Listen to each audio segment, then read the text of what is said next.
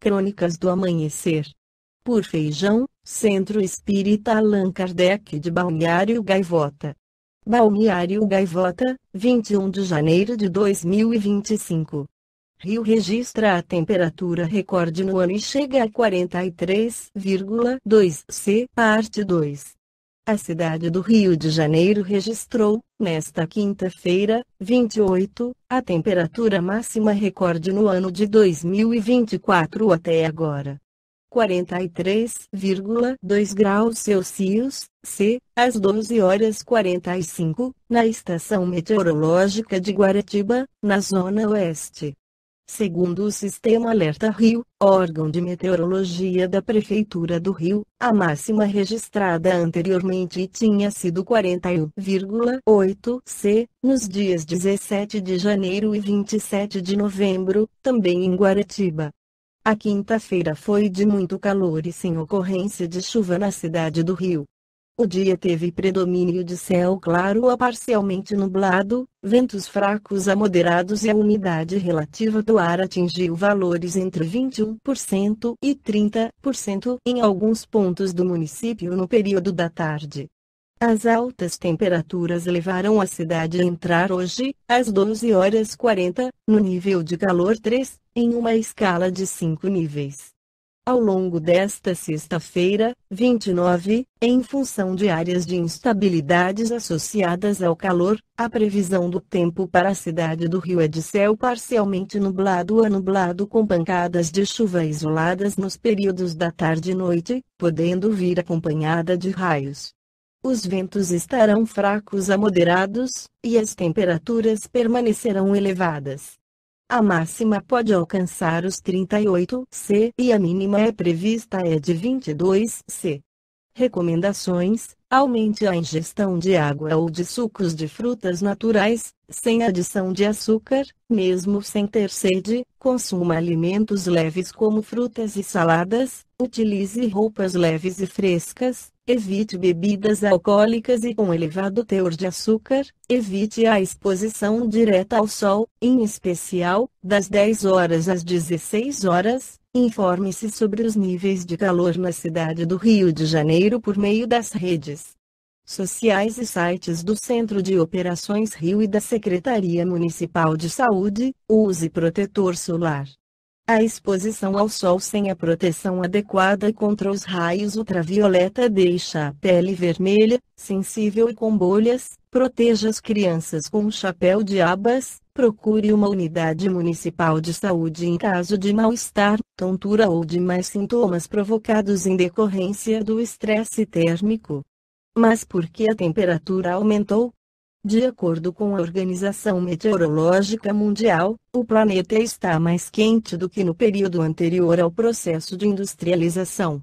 O cenário mundial após a Revolução Industrial mudou não só economicamente, mas também o modo produtivo, provocando mudanças no cenário ambiental.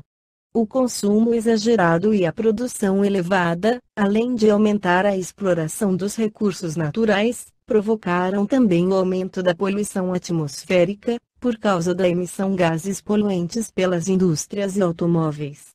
A produção também acelerou o desmatamento, o que também provocou alterações no clima. A presença dos humanos no planeta Terra e nossa evolução como espíritos estão atreladas diretamente à influência e ao impacto nos ecossistemas originais, nas paisagens naturais, nos ciclos ecológicos e na perpetuação, ou extinção, de espécies animais e vegetais. Nenhuma outra espécie e nem mesmo as outras espécies do gênero Homo modificou tanto o planeta como o Homo sapiens. Em Evolução em Dois Mundos, pelo espírito André Luiz, psicografado por Chico Xavier e Aldo Vieira, o capítulo 8 intitulado Evolução e Metabolismo se inicia com o seguinte parágrafo: Suprimentos da vida. Observamos a chegada dos princípios inteligentes no mundo e a sua respectiva expansão, assim como um exército que, para atender às próprias necessidades, organiza, de início, a precisa cobertura de suprimentos. Primeiro, as bactérias lavrando o solo para que as plantas proliferassem, criando a atmosfera adequada ao reino animal. Depois das plantas, aparecem os animais, gerando recursos orgânicos para que o instinto pudesse expandir-se no rumo da inteligência. E, em seguida o animal, surge o homem, plasmando os valores definitivos da inteligência, para que a humanidade se concretize a caminho da angelitude.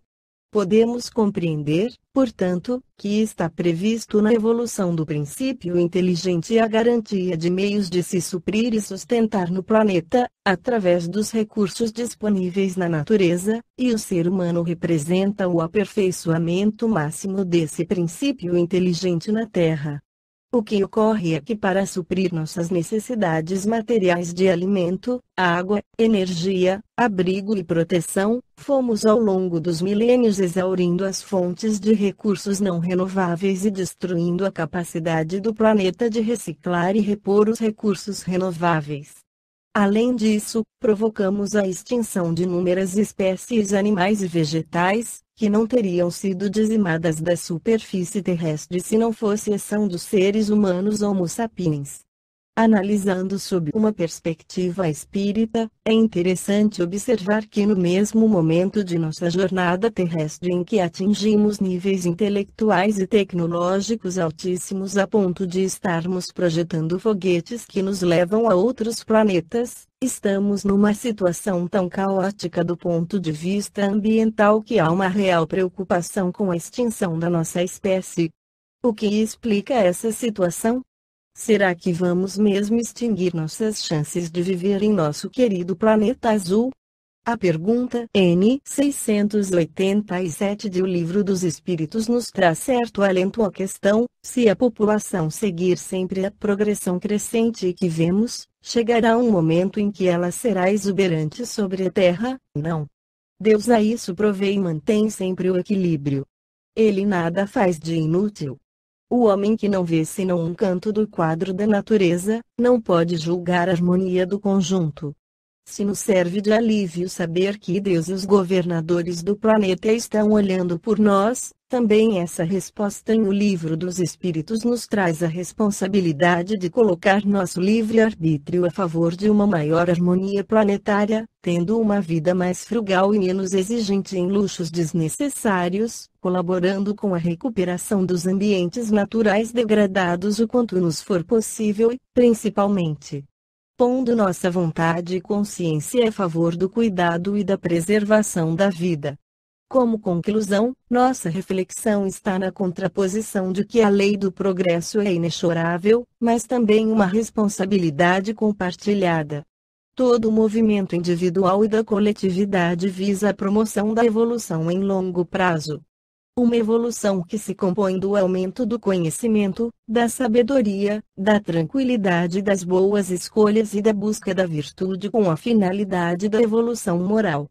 Naturalmente, a espiritualidade maior zela pelo planeta e pela evolução dos espíritos que fizerem sua jornada de aprimoramento intelectual e moral aqui, mas compete a cada um de nós, no uso do nosso livre-arbítrio, fazer escolhas que preservem o planeta que nos acolhe nesta jornada de evolução. Esta foi a crônica do amanhecer de 21 de janeiro de 2025. Por Alfredo Feijão Lopes.